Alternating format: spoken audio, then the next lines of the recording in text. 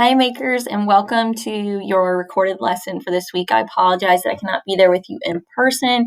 I'm attending a virtual conference, hopefully to learn some really cool stuff to be able to come back and teach you with. But in the meantime, last week we spent our time studying what the American Revolution was like through the Native American perspective. And today we're going to take on a different perspective of looking at what life might have been like for children during the American Revolution. By looking at some toys and games that were popular during the time. So you have received a document like this, and it tells you, what we're going to be doing right here. You've got the recorded lesson, which you're listening to right now, and then some other things for you to explore. So the first thing I want you to check out is just this website. So you'll click on that. And that's going to take us to a little more background information about colonial games. So if you scroll down on the site, it says Colonial Life, and then we've got some really good information here about what life would have been like. So I'm just going to read this to you, and then you'll have a chance to explore the other pieces of the site later. What was it like in the colonies? Most colonies existed to benefit European nations. St. Augustine's forts protected the Gulf Stream, Spain's treasure route. The forts also protected the people of St. Augustine. These colonists, who were adventurers, soldiers, missionaries, indentured servants, and tradesmen, had to work very hard to settle and survive in a new place so far away from Europe. All the men who were physically healthy had to serve in the military, but they also had to run farms, businesses, and trade to support themselves. Women were expected to run the homes and to raise children. Children had a lot of chores to do to help their families survive. Boys would chop wood, feed animals, and hunt. Girls would grind corn, spin, and weave.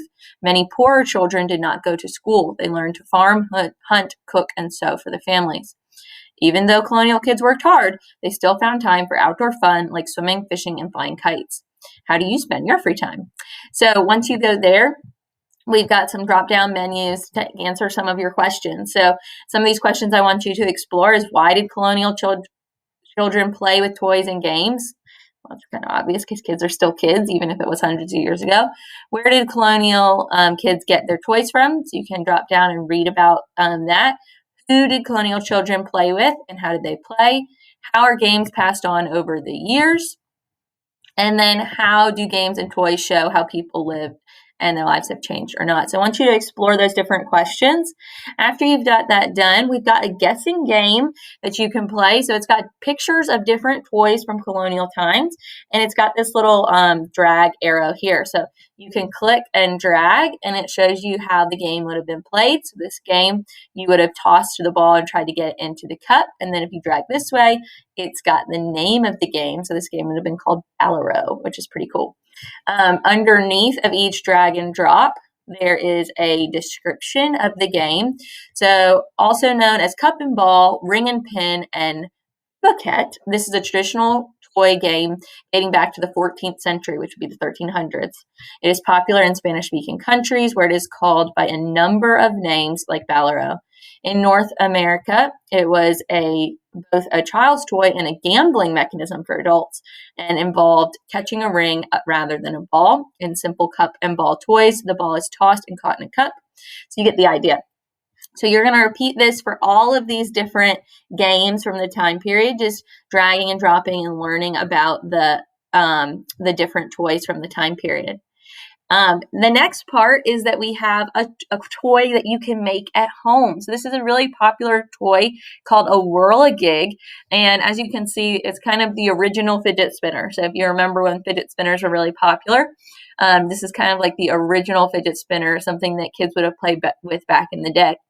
To make this, all you need is some string, yarn, or thin ribbon. You could even use floss, maybe a shoelace. Get creative with what you have to use as ribbon. One large button, or I'm going to show you how to make this using cardboard here in a minute. A pair of scissors, and an adult to assist you as needed. So I'm going to show you now. If we go back, here are the video directions for the Whirl-Gig. So let's check that out. All right, we got to wait for this ad. All right, here we go. Okay, so you can see that's how the Whirl-Gig works once you've made it. So for the Whirl-Gig, you're not going to have these cutout templates, but you can draw and color your own.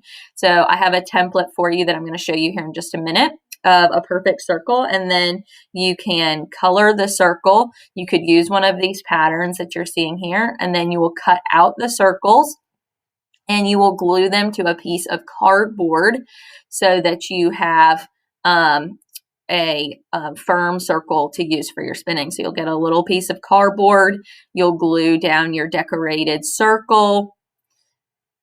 Very nice. And then you will have to cut out your circles. So you're going to glue decorative to one on either side. Very good. All right, so taking your other decorated side and gluing it onto the cardboard. Awesome. Very good. And once you've done that, you're going to need to poke 2 holes in your world gig. So in the video, they use a needle, like you would use for needle and thread. You can also just use a pen. So that's what I did when I made mine. I took a pen and I just poked it through, and then you're going to thread your string through, or whatever you're using, ribbon, etc. And you're going to tie a little knot in your string, and then pull your whirl gig, twist it up really well, and you've got the original fidget spinner.